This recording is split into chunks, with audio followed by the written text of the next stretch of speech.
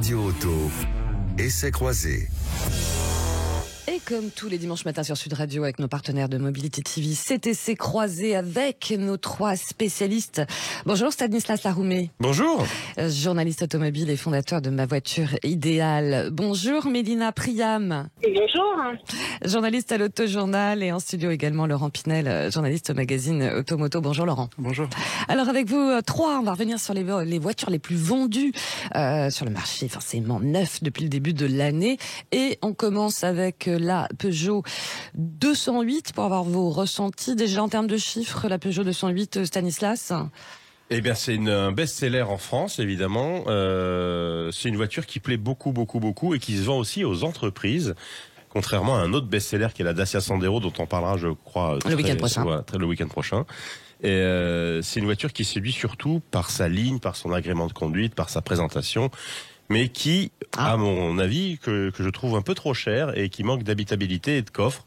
Trop cher ? Ouais, je trouve que par exemple une Clio sera plus homogène qu'une 208, peut-être un peu moins sexy, même si elle a été restylée là, mais la 208, oui, c'est un vrai carton pour Peugeot, mais Peugeot sait faire de très bonnes petites voitures depuis la 205 en 83, et on l'a vu, la 206 a été la voiture la plus vendue en Europe pendant de nombreuses années, la 208 cartonne, enfin, voilà, c'est comme une très bonne voiture, elle a quelques défauts, je les ai dit déjà, l'habitabilité et le tarif.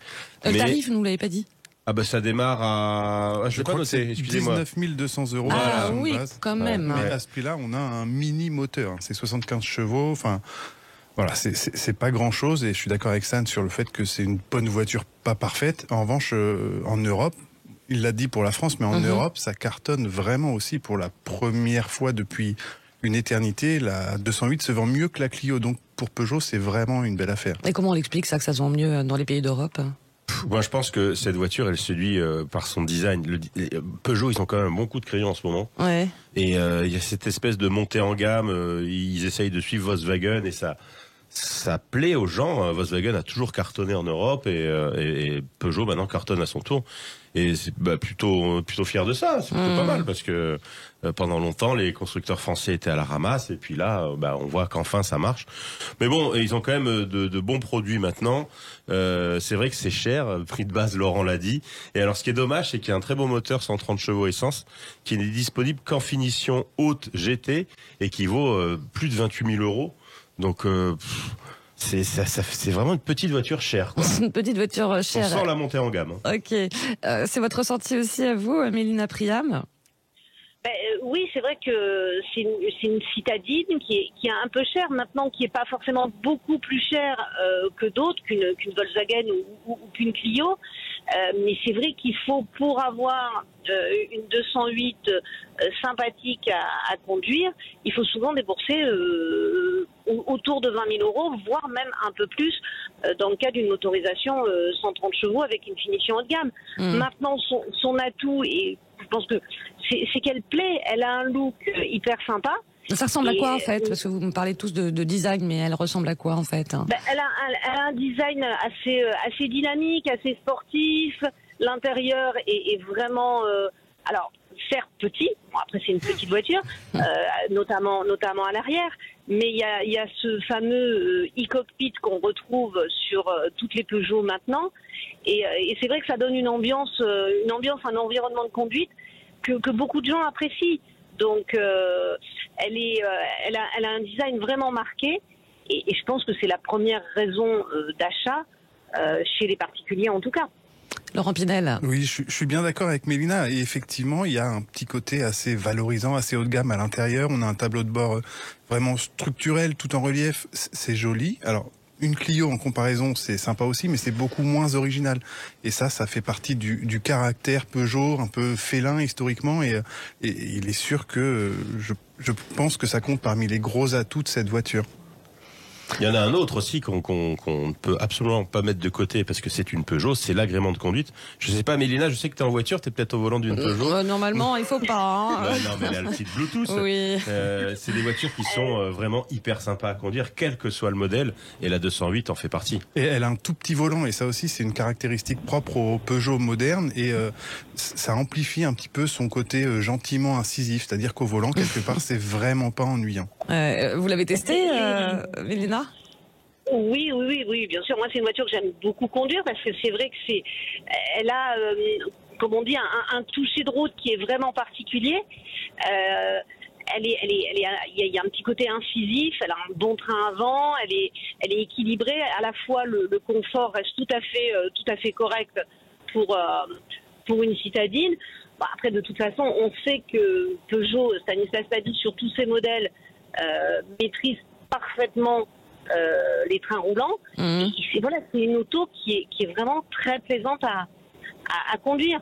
Après, Laurent le disait, une Clio est beaucoup plus, peut-être un petit peu plus fade, mais aussi très très, très agréable. C'est parce que en fait, ce sont les deux stars du marché français sur ce segment-là, et et ça fait bien plus de 20 ans qu'elle se tire la bourre, comme on dit, au niveau des ventes. C'est ça. Citadine plutôt puissante, côté performance, ça se passe comment, Laurent Pinel ? Ça dépend de votre argent de poche, parce que vraiment... Encore oui, bien sûr. Le problème, c'est que... d'argent. Oui, c'est ça. Mais c'est... Non, en version de base, Merde, elles sont guerre. presque sous-motorisées. C'est assez anémique. Vraiment, là encore, c'est une question de tarif. Donc, voilà, il faut mettre le prix pour avoir des moteurs convenables, et on peut pas, sur une voiture d'environ 20 000 euros, donc un prix de base, se contenter d'un moteur 75 chevaux. Donc effectivement, elles sont très sympas, mais il faut mettre le prix. Non, on sent qu'il y a beaucoup de mais quand même. Non, mais J'en ai d'autres.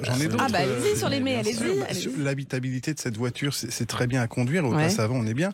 Mais quand il s'agit de transporter des gens à l'arrière, les portes sont vraiment toutes petites. Donc ça aussi, c'est un détail qui, selon moi, est mieux sur une Clio, par exemple. Mais a priori, ça ne dérange pas spécialement la clientèle. C'est ça. La clientèle avec des gens qui ont peut-être des petites jambes.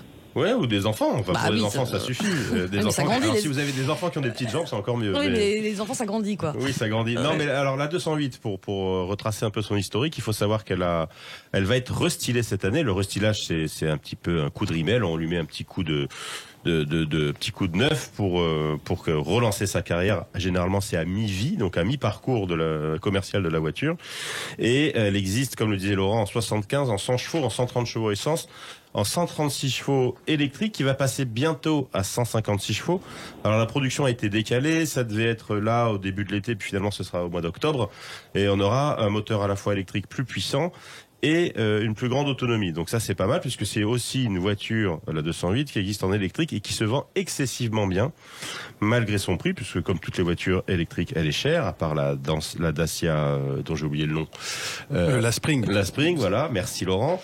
Et elle existe aussi en diesel, ce qui peut intéresser les sociétés, et notamment certaines personnes qui roulent beaucoup, parce que avec le carburant qui est très cher à l'heure actuelle, le diesel reste relativement rentable, grâce à des consommations très très basses. Voilà pour ce tour de table et merci pour l'historique. Merci beaucoup Stanislas Laroumet. Je vous en prie. Merci Mélina Priam. Merci à vous. Laurent Pinel, et on se retrouve bien sûr le week-end prochain pour Essais croisés. Merci.